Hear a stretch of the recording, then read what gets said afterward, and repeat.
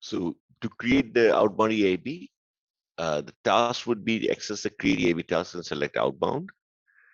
And in order to edit an EIB, you can access the integration system report and access the EIB from the integration systems prompt folder as well. So let's have a look at it. Tenant.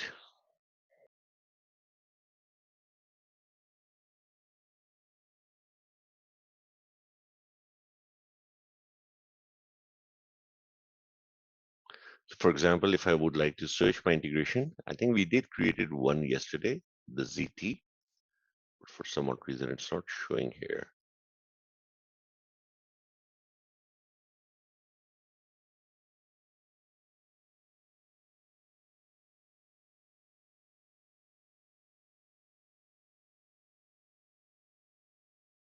Okay, I think this tenant has been refreshed and it's not there anymore because we created a copy of the report as well to use it in our integration.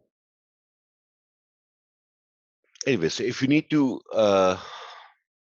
look at your integration, so you can run the task called view integration, view all integration. We can run this report, view integration system, and say, if I want to search for benefit,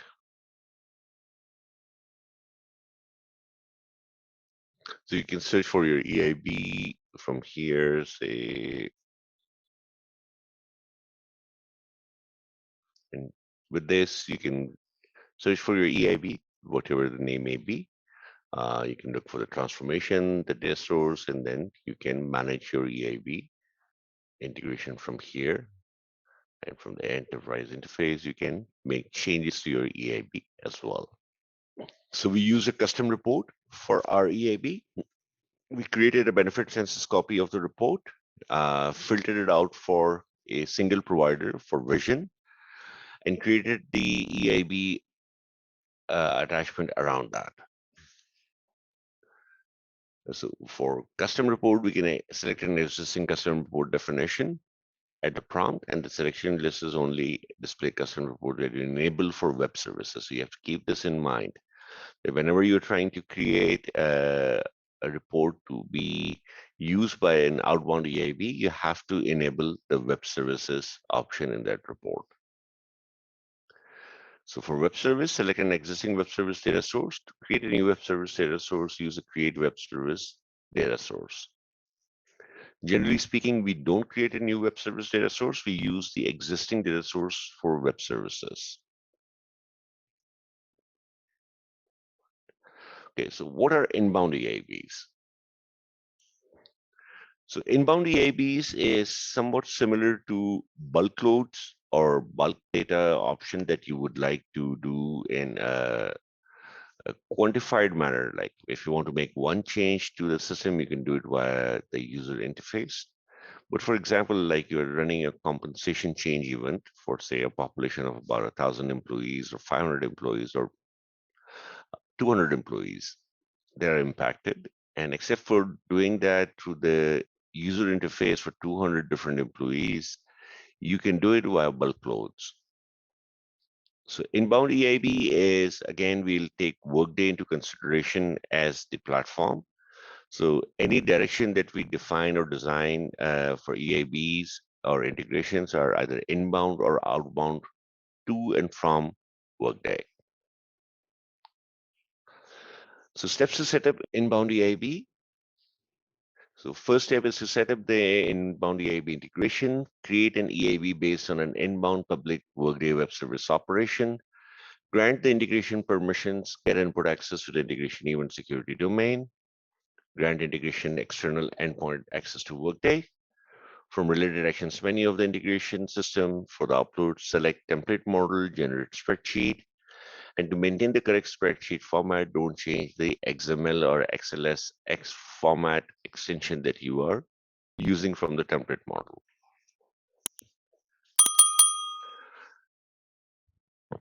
Then the security. integrations, security for integrations, EIB, integration configuration, integration event domains, and in the integration functional area. If I need to change the spreadsheet template, how do we do that? We'll look into that. To customize the template, edit the EIB model, prepare the EIB spreadsheet, enter the business data into the spreadsheet, and launch the EIB spreadsheet upload. So let's go through these steps. So for example, I would like to say create positions within a particular supervisory organization within the tenant. So first of all, I would like to do is a view, or let's go to Logan McNeil's profile. So her supervisory organization is human resources. Then she has HR operations, HR services, workforce planning department. You see the 3 people here. HR services, 3 people here. Let's say within the recruitment department, 4.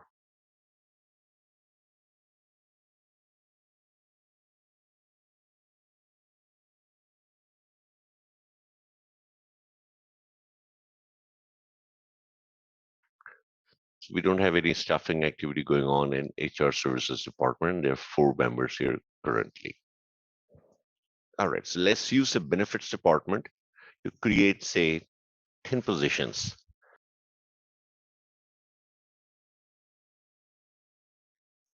So the task that I'm going to use is the same as inbound EA, outbound EIB. So create EIB.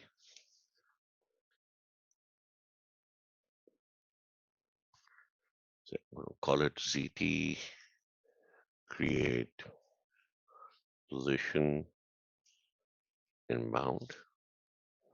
I select the type, whether it's an inbound or outbound.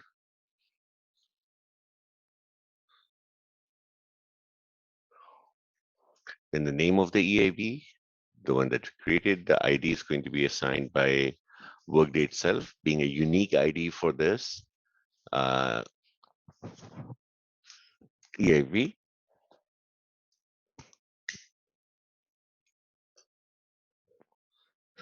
Then we move on to the web services selection.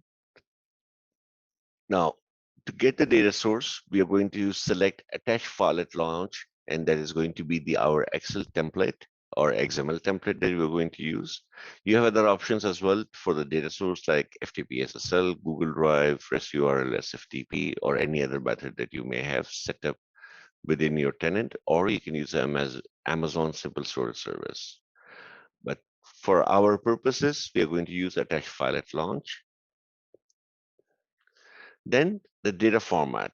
So for here, I'm going to use the web services template sheet, or I can use a custom object sheets template. Custom objects are those objects that we create on the tenant ourselves. They are not the objects provided by Workday, but those are created by us.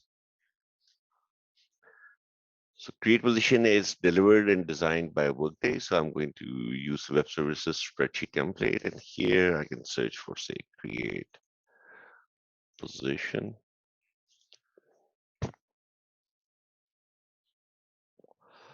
So I'm going to select the create position web service. Click next.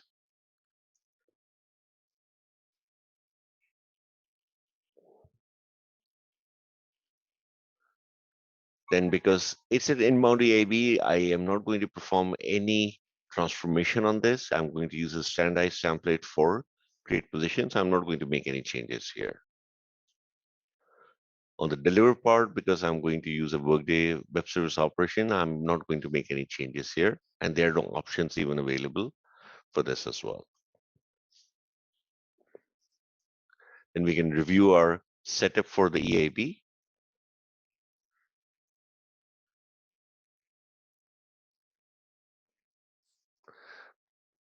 I look at the general setting, the get data, attach file at launch. I'm going to use a create position web service. The transformation is the standard create position delivered by Workday, and again, the delivery method is going to be default. So I press OK. Then I can search for my EIB. And now my template for my inbound create position EIB is ready. I can see the name, the system ID, the security configuration, the transformation type, create position, Workday Web Services operation, and then the Workday endpoint. Now, one thing that we have to keep in mind that, for example, if I don't have the ability or the permissions to create position business process, I would not be able to run the EIB. For example, if I go to the related actions button, go to integration launch schedule, I will not have this option if I don't have security permissions assigned to me uh, on the domain security level as well as the business process security level as well.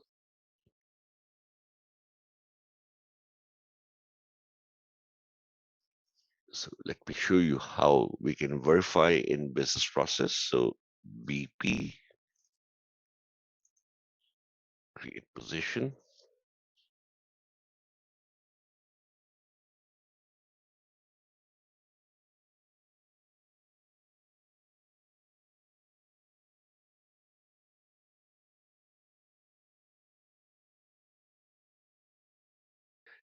And here I have to look at the security, business process policy view. And the initiating action for web services, I must be added to the security groups that are mentioned here.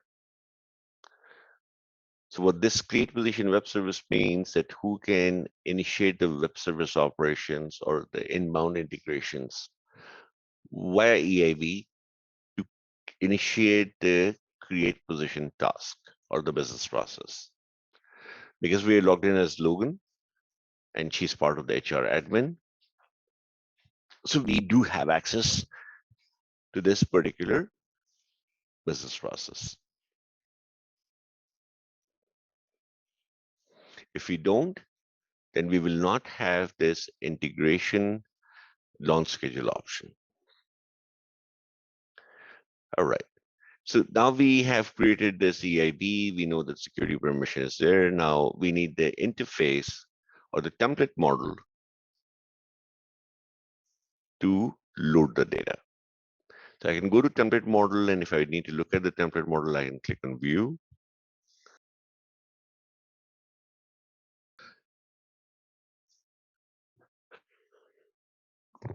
And here I can see all the fields that I can use to load the data into the Workday interface. So I'm going to have create position, edit organization assignment, request default compensation, assign pay group, and assign cost allocation. And every folder here is going to be a worksheet in our template model. And each worksheet will have all these information available within the worksheet. Now, do keep in mind that this is all the steps that you would do or all the information that you would provide at the time of creating the position through the user interface. Like, for example, here, if I need to create a position,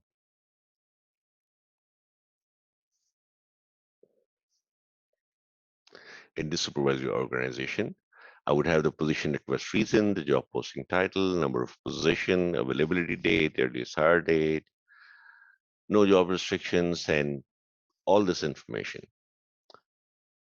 Say, for example,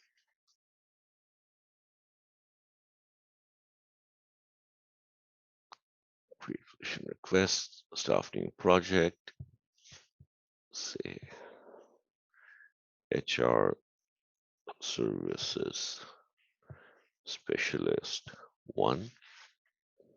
Number of position is 1. Say earliest availability date is say 1st of September. Earliest hire date was 3rd of September. Job family HR.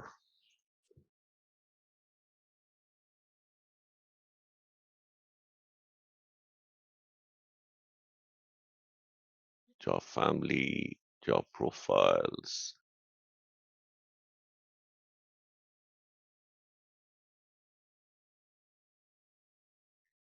So we use a senior payroll specialist. And we provide the JD summary, then the JD itself. Location say San Francisco. Time type say full time. Worker type is regular.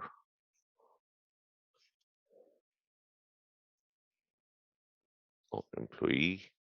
Worker subtype is regular. And then I'm going to skip the critical job and difficulty to fill. And the qualifications is something that I may not want to fill currently. So with this, I'm able to create a position. And remember, the next task is change organization assignment when I create the position. So I'm okay with this. I submit this. And as per my business process, I have, once I create a position, then I have to do a change organization assignment as well. Now, coming back to our EIB. So here you will see the create position and edit organization assignment are populated here. So first we created the position, then we did the edit org assign organization. So the other steps like request default composition, assign pay group, and assign costing allocation is currently not being used in Workday in this GMS tenant.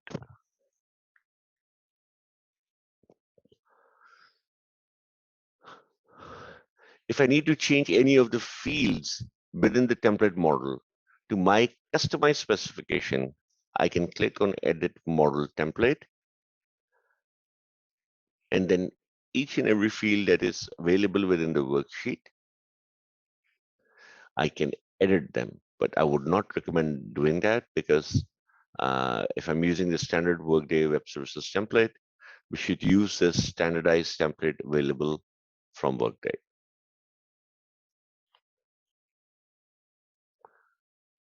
I'm going to cancel this.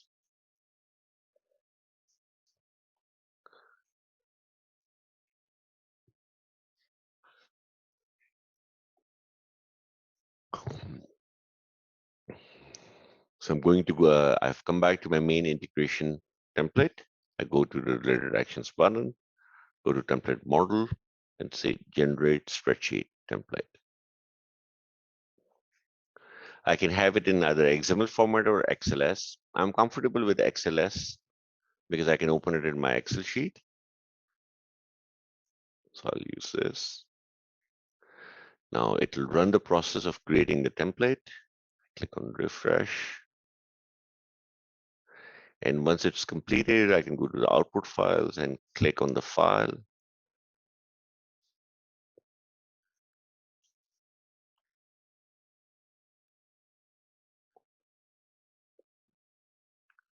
So it will open this template, which I have downloaded.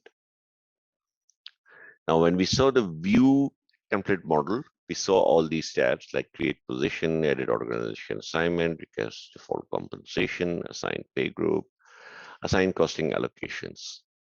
So for now, we are going to use create position and edit organization assignment only.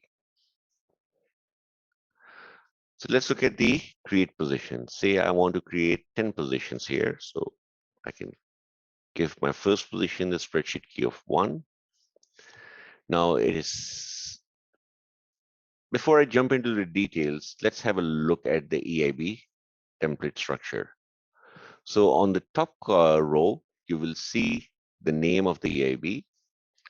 Then on column A, you have areas, restrictions, format, and fields.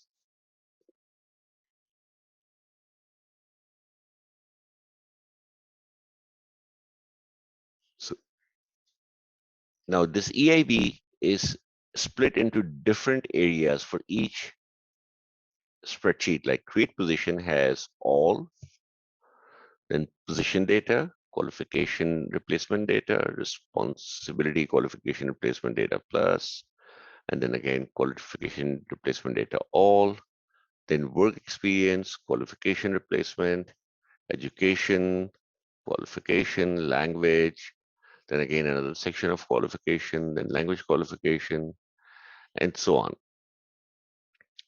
So all the tabs that you saw here,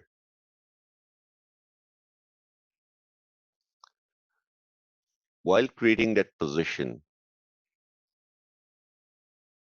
for HR services department, all the information that you provided here in your hiring restrictions and the organization details and your qualification data, everything that you put in here is available in the EIB. Whatever is possible to be put in the UI is also available in the EIB interface in these different sections under that create position spreadsheet. Now the restrictions for each field, when you use a section within the sheet, you have to look at the restrictions for that particular section. So if I'm using all section, I have to see that the column B and column C are required restrictions. So I have to provide this data. Then the format of that data, it's going to be a text field, it's going to be organization reference ID, and what is the name of that field? Spreadsheet keys, supervisory organization, position request reason, and so on.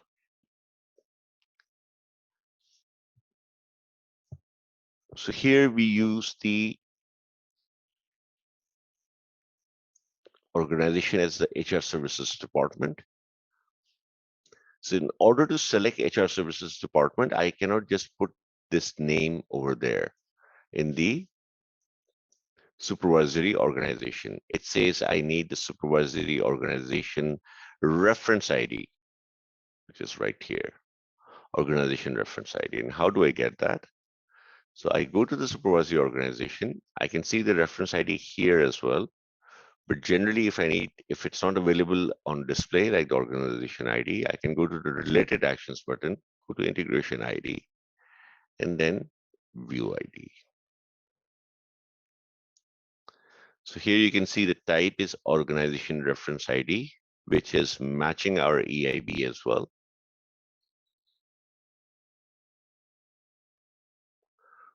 Organization underscore reference underscore ID. So if it matches, I can take the value of that HR services department. We'll see, and I can put it here.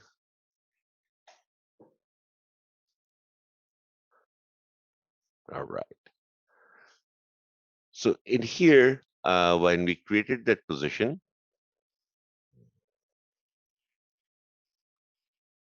we provided a reason for that position.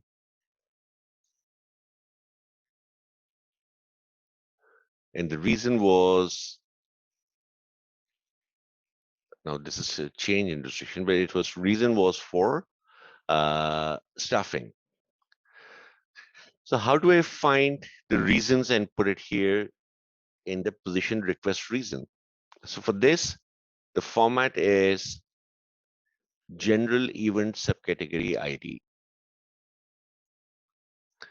So I can find that in my tenant by clicking or searching for a task called view reference ID.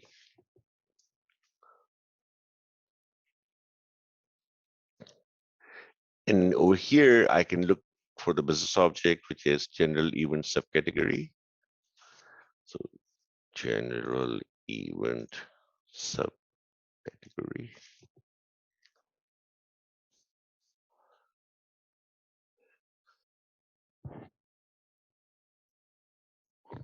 And here there are 197 items in this general event subcategory. Because we are working on create position, so I can search for create position, and I'll select all these reasons.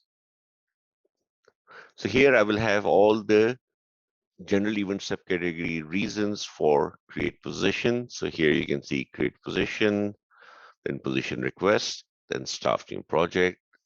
If I need to use understaffed or new position previously approved, new position requesting additional staff, and so on. So I'm going to use, say, staff new project. So I'm going to take the reference ID from here, and I can match this with general event subcategory ID, which is mentioned here, reference ID type. And here I can see it's general event subcategory ID, and I can paste the data here for my reason. Now, our first section is complete for one position. Let's move on to the second section. So all of these fields or restrictions are all optional here. Do keep in mind that if I'm going to use, say, responsibility qualification replacement data, there are two required fields and one is optional. So if I'm going to use this section, the responsibility qualification replacement data plus all qualification replacement data, responsibility qualification replacement, say if I use this field, say ABC, I must also use this field in the section which says it's required in column M3.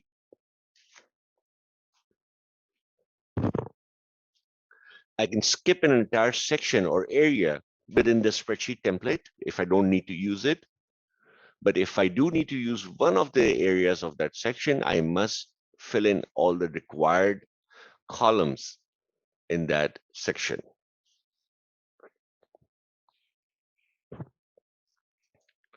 All right, so next section is position data all.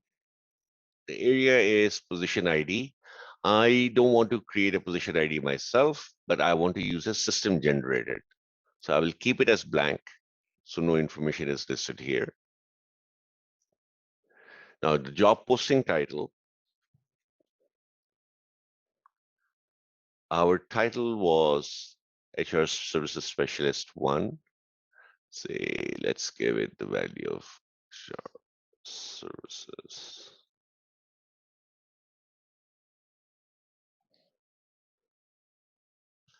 Say 21 or 25.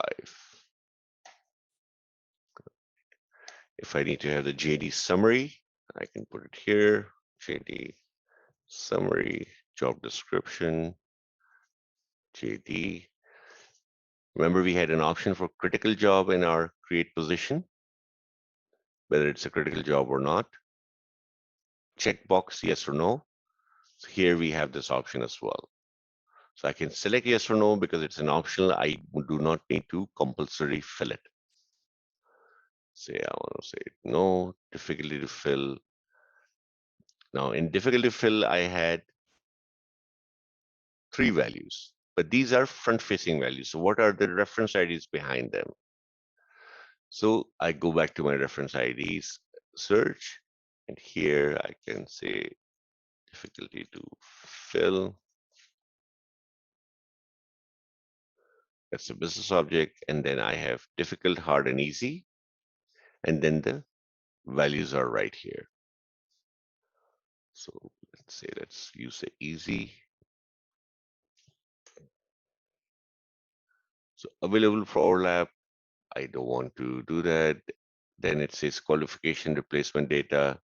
If I need to delete the existing data for qualification, I can select yes. So it will delete all the data for this position. So if, for example, if I'm updating an existing position, that is time I would need to use this. Next section is responsibility qualification. We're not using it for now, all the qualification details. And say educational languages, language ability, language qualification, competencies, trainings, skills, and then this last section is position group restrictions all. So here I'm going to put the availability date, which again, if you recall, it was right here, and the earliest hire date and all the related information. Say the availability date, I'm going to say 2021/09/05. Earliest hire date in 2021/09, say 06.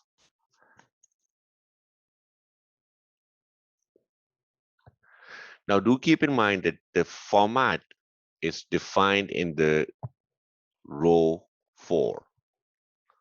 So here the format for availability date is equivalent to the format defined here, year dash month slash dash day. Here my format has got mangled up. So I can either format painter it here, or I can go to my date section, select date, and this is a UK format. So I'm going to select this. So it'll change the format to 2021, then month, then date. Now here I need the job family ID in our position. So we selected the job family HR Services Center.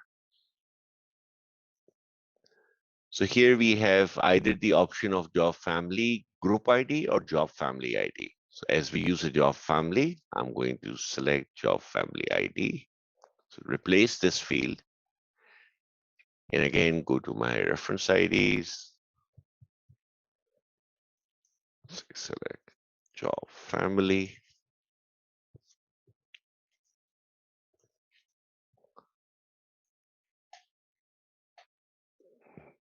And I select or search for, say, HR service.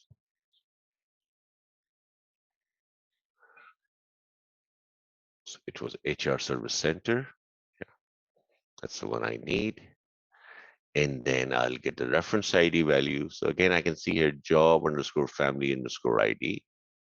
So let's get this value, the reference ID value, and then put it in our EIB. Any particular job profile that I need to add, like we selected here. Say, let's select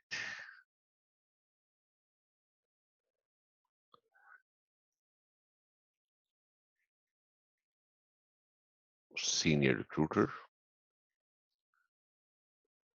And also we already have this, so this is a job profile.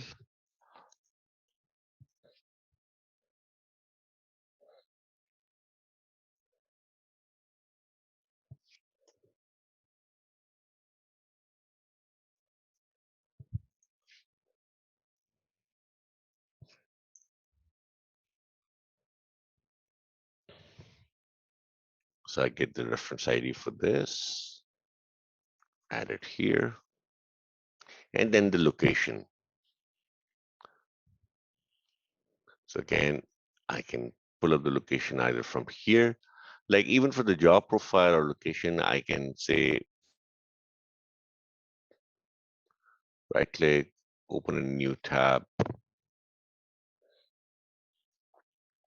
And from here also, I can pull from the object, I can pull the location ID from here as well, if I need to.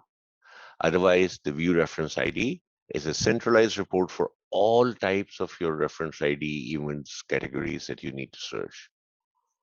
Or you can go to the business object specifically, like San Francisco, view reference ID, and you can get the same from here as well. Again, I'll verify that the location underscore ID is the type that I need. So location underscore ID is the type that I need, and I can put in San Francisco. Again, then my worker type. So I cannot pull this into a new window because I don't have the 3 dots. So I need to search this, the time type and worker type from my view reference ID. So the next field is worker type.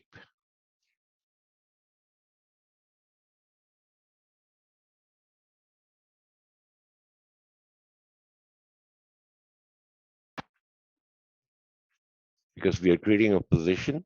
So I'm going to say position worker type.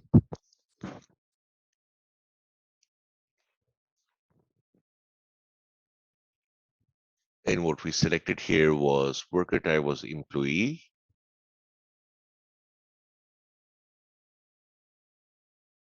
That's a worker subtype, regular or casual, or that is the worker subtype.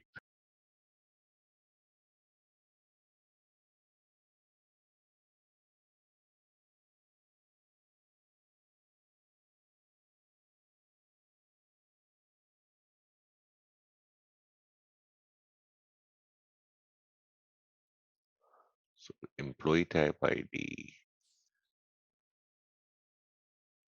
We have employee type ID here. Now,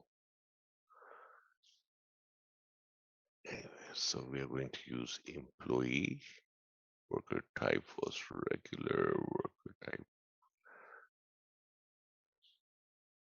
But it should be employee, not regular. But let's test it. So position time type, again, I don't have any option here. So in time type, it is full-time. So if I go to my reference IDs, okay, I can select time type.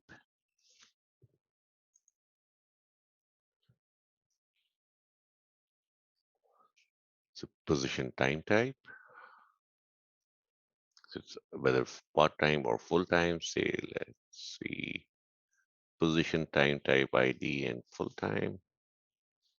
Here I'll see position time type ID in the value and say full-time. And if it's going to be a contingent worker, then I can use this as well. Now I'm going to see how many I need to create. Say I need 2. So I need to create, say, 20 positions. And again, in the same supervisory organization, same reason, posting IDs. So this was 25, so I put it down. It'll add 26, 27, 28, 29, 30. So this information also I can pull down right here. I can go to my next section and say this is going to remain the same. So Control C.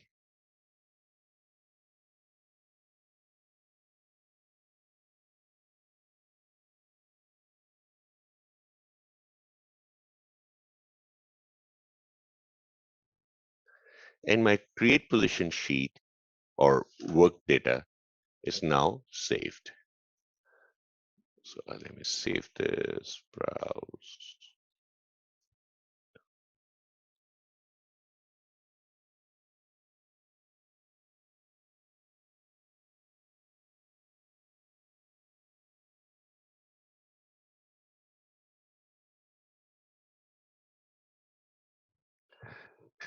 Now, as I have created these 20 positions, I've set up the create position data. Now I need to do the edit organization assignment.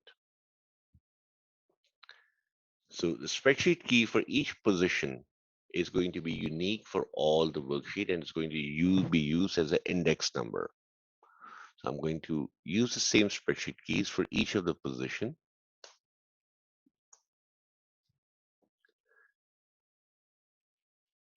And now I need the company reference ID, cost center, any regions that I may have assigned, any custom organization, any fund assignment, grant assignment, program assistance, business unit, or gift assignments.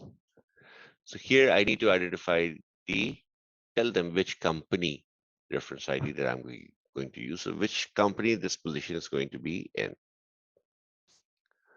So again, if I look at here on this position, the company ID would be the same as the supervisory organization is part of. So if I go here, again, view reference ID,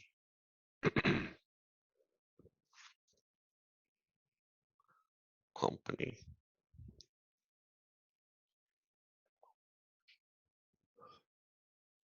So because I need the company date, so I can select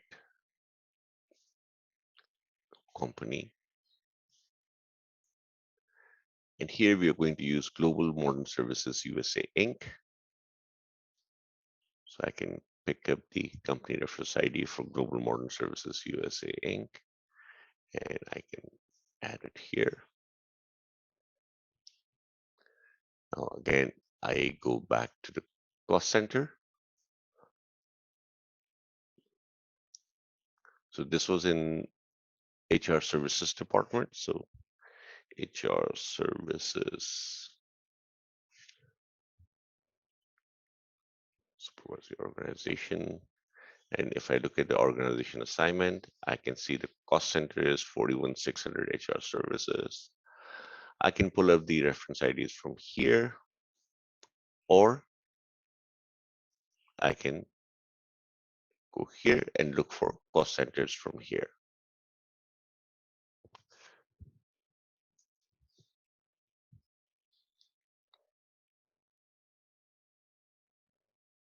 So the cost center was 41600 HR services. I can sort it or filter it 41600.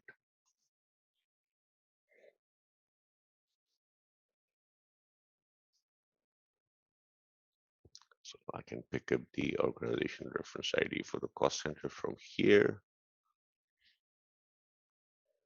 Add the value here.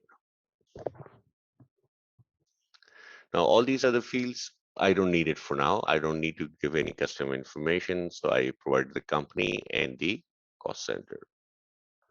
So I can copy it, paste it here.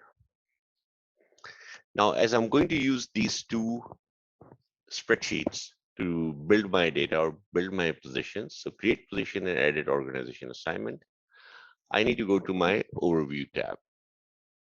And I need to select the values for each of the spreadsheet, whether it's going to be automatic or manual processing. I'm going to use these two and skip the rest of them. Okay, what's the difference between automatic processing and manual processing? And skip processing when step is marked. Because for create position, we are using the change job business process. So whenever we load the EIB using the web services, we are actually bulk loading the data that is being controlled and managed by a business process.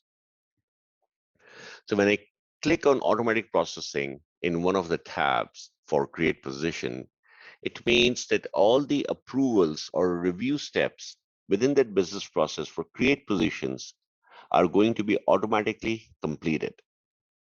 They will not go through the HR reviewer or the manager or whatever the process may be within the system. It is going to skip all that or automatically process it as marked as approved. So it will not go through the each and every step of create position business process for review and approval and to do task and whatnot. Now, if I click on manual processing, it will load all this data in create position and edit organization assignment that we are selecting. And it will go through the manual processing of the business process. It means it will go through all the review and approval process for edit organization assignment. Now, because I'm bulk loading and I don't need to have, or I don't want to have the approval process to go through, and it is for 20 positions, I can select it as an automatic. Now, when the question would be, when you are creating the position, you would like the positions to be loaded in bulk. You already have the approval, you already have the data, and then you use automatic processing to bulk load all the position requirements for that particular supervisory organization under that cost center. But say, for example, you're running an annual review process, right? So you have employee data for the annual review where their grade is mentioned or the review uh, output is mentioned, like, meet expectation, exceed expectation, or, needs improvement. Then you have their ratings, their scores, and also for the compensation data, you have their increment, their merit, their bonus, their stocks, and all those information. But then you want the manager to review and approve within the Workday tenant after looking at the data before it is applied automatically to the system. So for such kind of scenarios, when you really need a manual intervention and you need to exercise the business process as well, the business process steps, either while doing the bulk uploads for many, many employees, and you need the review process or the business process to go through formally and not complete automatically, that is the time you would need the manual processing option to be enabled. All right. So we have enabled automatic processing for create position and edit organization assignment. We have created the position data where we have provided the support details, position requests, the title, summary, and all the relevant information that we require to create these 20 positions. Then we went to the edit organization assignment where I put in the company information, which company this is going to be part of, and what is going to be the cost center assignment. So let's save this. So our template is saved. Now let's go back to our integration. And okay, let's search for our integration.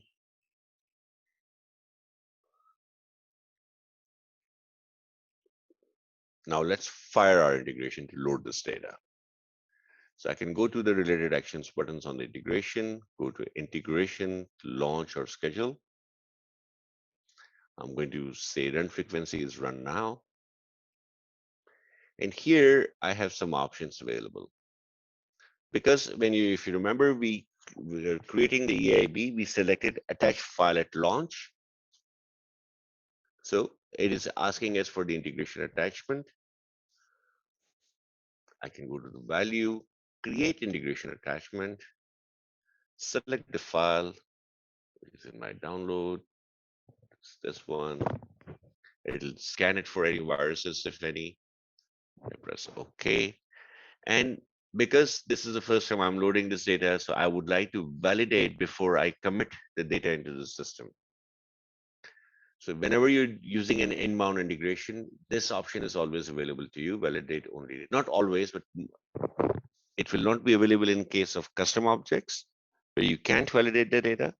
But the web services template, you should have this option for validate only load. So it will not load or commit the data into the system, but it will do the validation whether the values that I'm putting in my EIB, the reference IDs, all the data, whether it's valid or not. So I select this option, press OK. And now it'll start running the integration for validation mode. Here I can see while it's doing this, we can see the process name, the request name, the status, processing time, the enterprise interface event, the integration process, which integration system it's using, which is the event, was it initiated by, initiated as, run as, then any of the child processes that are happening within the background, execution summary, then the get data details, transformation details, delivery details, and here I can see validate only is enabled as yes.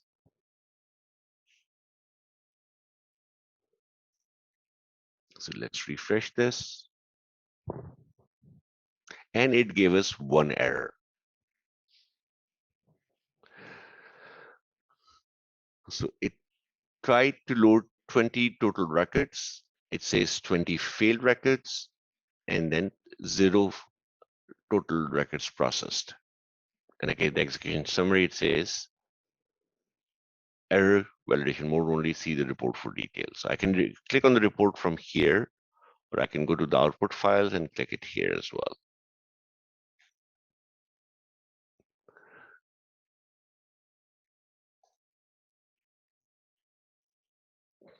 Okay, so it's giving me an error for all the transactions, all the spreadsheet key, all the 20 of them. It is giving me one error: the employee is not a valid value for worker type ID. And if I understand XML, I can click on view details. It'll give me the entire XML format or the SOAP format. What was the message? What was the fault? But our issue is for the ID, worker type ID, the employee is not correct. So we have an issue with our employee ID. Worker type ID. And what is our worker type ID? It's an optional field, so we can either remove it from here, or we can do some research, find out what is our worker type ID.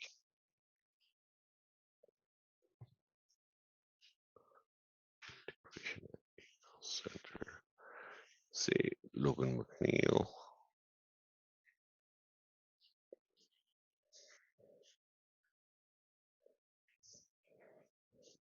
Go to job, worker type. Say, let's go to position.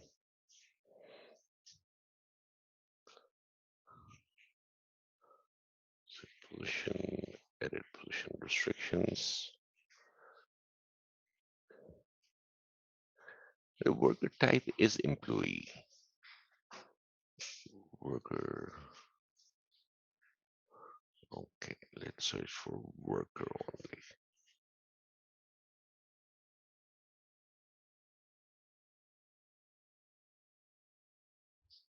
Position, time type, position, worker type. That's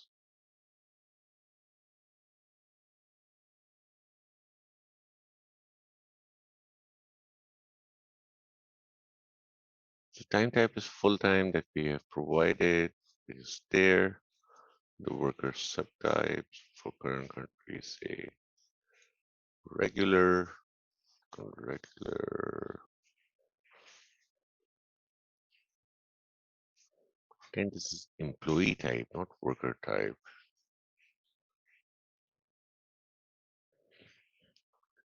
And we did provide it regular here.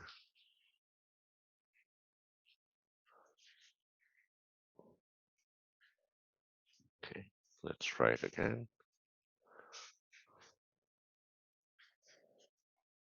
So I'm going to relaunch this integration with a new file that I just saved. So integration event is relaunch. So I'm not going to use the existing attachment because I just created this file. Let me save it again.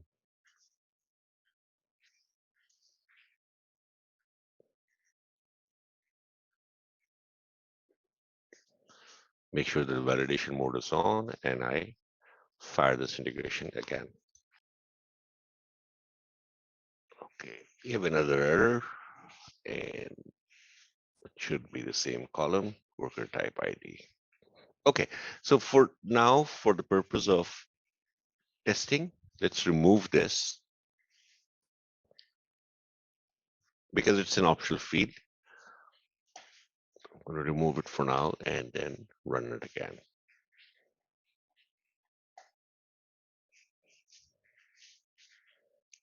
Integration, relaunch.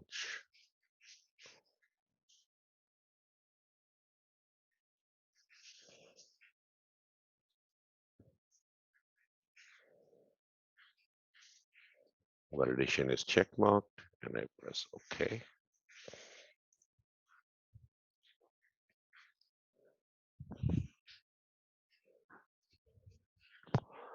And I can see what are the processes that are running on the back end. Child processes.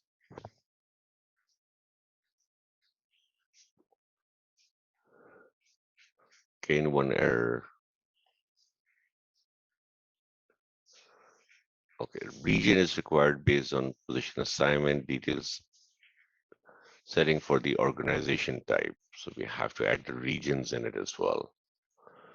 So here, the region, the location we already added.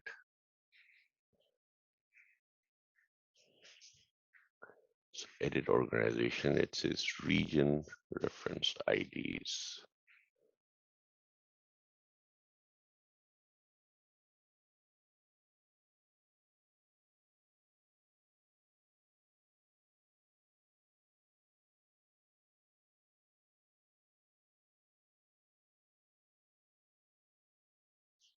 So let's look at our task view reference IDs.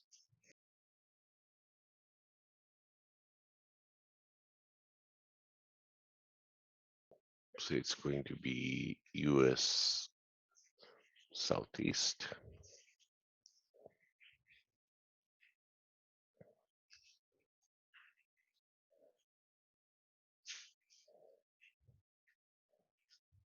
And this is a region underscore reference underscore ID. So region underscore reference underscore ID is mentioned here. Okay, let's save this. Keep the same format.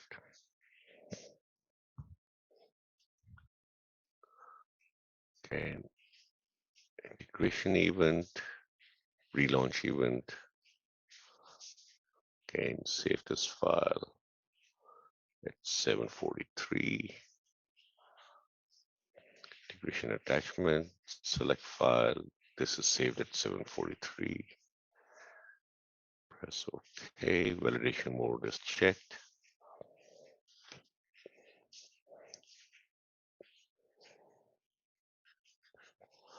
And then run it again.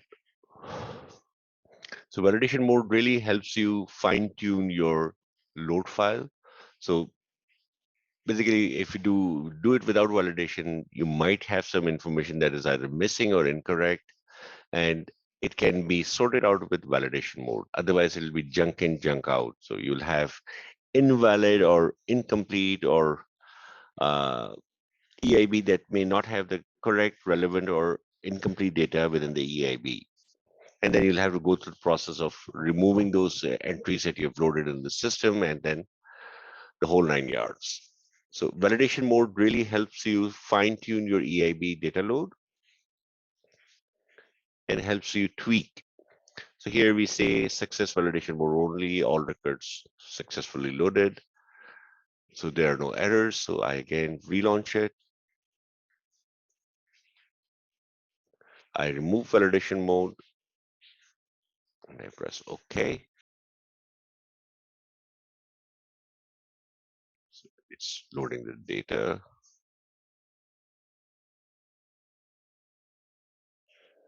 And now it is completed. If I look at the total records and records processed, they are completed. Success, all records loaded successfully. And here, I don't see the validation mode as yes anymore. So if I go back to my HR services department support,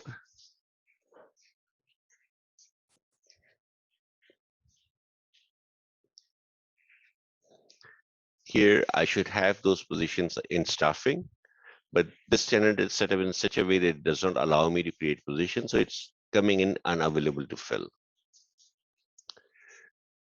So here you can see from 25 till 35, these positions are now created. This one we created manually through the UI, and then the rest of them we created through the EIB. The worker subtype is employee. I don't know why it's not letting me do that. Anyways, but this is how you create an EIB interface and load the data in bulk into the system through EIB inbound.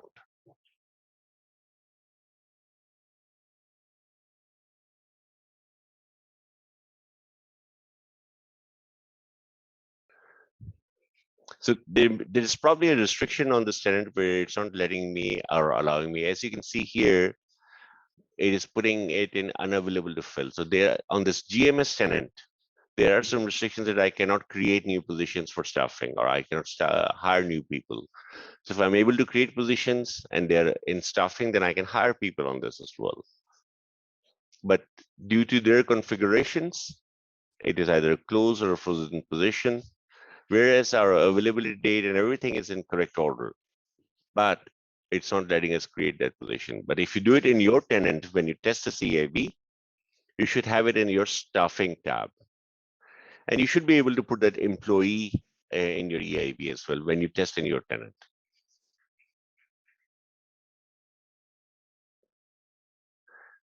So you were saying that if I search for, say, regular now, say, for example, even if I select this, I will not have the correct information.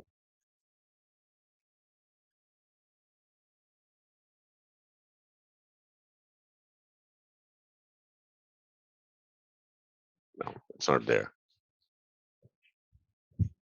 Is it anything like a position worker type? I tried.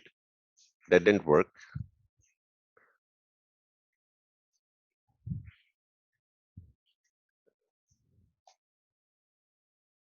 So it doesn't have that employee there. I tried regular to put it in, but again, this is employee type ID, whereas in our EIB, we need worker type ID. Okay. It does say here position. If I look at the comments here, say show hide comment, it'll also give me the worker type ID right here. But this is object we're looking for, but for one reason or the other, it is not available in the demo GMS tenant. But it should be available in your tenant. Now, every tenant may have these job profile ID, location ID set up separately. Like here it says San_Francisco. Maybe in a different tenant, it would be San space Francisco, or it might be SFO. So all these values need to come from your tenant that you're working in. So they may vary, like the job family ID, the job profile ID, the location ID, the time type ID, the supervisory organization ID, the reason ID, the job posting title, that's up to you, the JD summary, the JD, and the difficulty to fill may be different in your tenant. So whichever tenant you're working on, you have to pull these IDs, at least for the first time. Once you have created this successfully, then you'll have a template. So you would not probably need to go back and forth again, trying to find these specific reference IDs again and again from the tenant. Now, one thing that I can do is, if I go to my integration systems, the one that we just ran, I can go to the related actions button, go to integration systems, and click on integration events. And say, run this. So it'll give me all the historic events that happened for this particular integration system.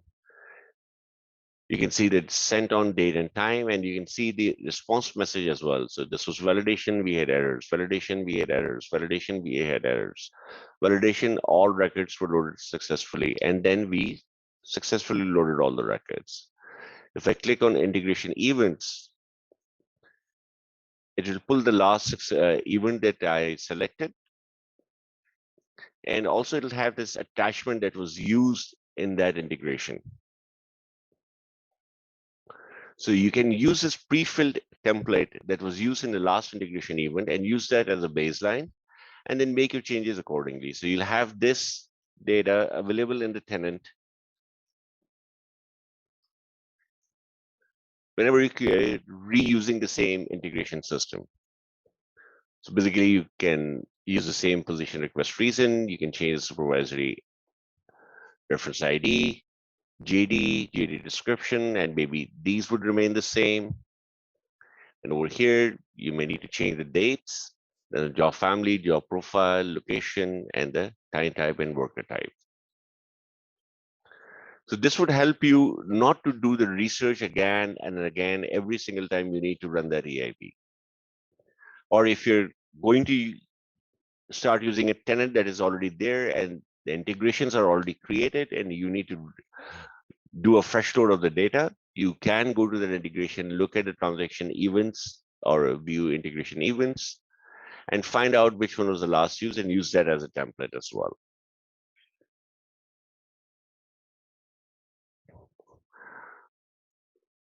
All right, so one more thing that I would like to show you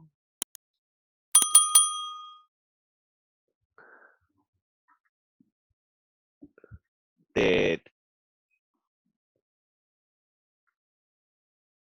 the business process security settings, that the user must be part of the initiating web services group. And also the user would need to have access to the business object that is being used. So the create position is part of the staffing functional area, and you must be in one of these groups to be able to use that business object. So as Logan is part of HR administrator, she has access to this functional area for create position.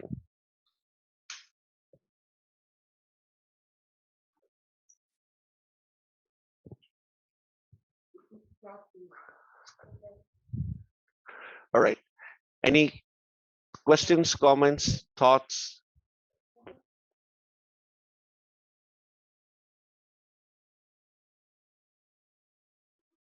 So we have set up our inbound EIB, created the EIB based on Workday inbound public Workday Web Services operation. Grant integration, get input access to the integration security event, integration external endpoint access.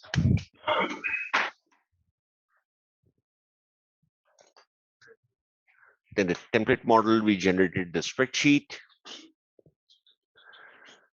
It says use either the XML file. So I am comfortable with XML or XLS. So we use the XLS file, so we are okay with that. And then the configurations, spreadsheet template, customize the EIB template, prepare the EIB sheet, enter business data into the sheet, launch EIB. So you can import data into Workday from these external sources by creating an inbound EIB.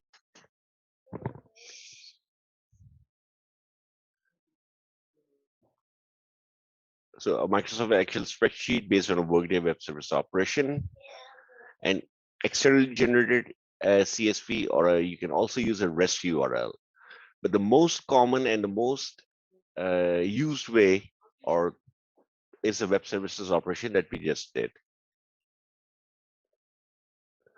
So when you edit an EIB, Workday detects misconfigured settings based on the data source and prompts, and you clear them one by one. When an EIB creates a custom report or web services, Workday determines it's an inbound integration. And when an EIB doesn't use a custom report or web service, Workday determines that it's an inbound integration.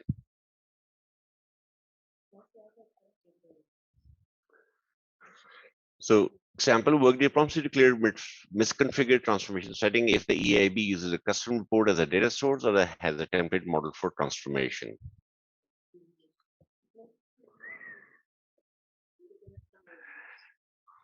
So limitations of EIB, so inbound file size and document attachment limits. So I think in one go, you can probably put about 15,000 rows of data into an EIB to be loaded into the system. So EIB's outbound documentation retention, as we discussed yesterday, we put a policy for 30 days, whereas our EIB was scheduled to run every week, but still there's a maximum limit you can put to keep the documents within Workday, which is the generation of the output EIB. So EIB runtime boundaries, then EIB's runtime boundaries with the custom XSLT transformation. This is all part of integrations we'll discuss in our integration chapter. So integration scheduled, integration launch, and completion time. So once we created the inbound EIB, you can have it on a schedule as well. So if your data source is coming from a different system, coming to a FTP site where you pick up a CSV and you identify that this destination, that okay, pick up the file from this Amazon storage or Google storage and pick it up on every week, and then run the EIB on a scheduled basis. So you can set up the integrations to launch every week, or you can do it manually by run now with the Excel template that we just saw. So integration, HTTP request processing time limits, and Workday reports as a service. So these integration details we will discuss in our next chapter as to how that works when it comes to EIBs for inbound into the system. Okay, so that concludes our EIB inbound and outbound chapter.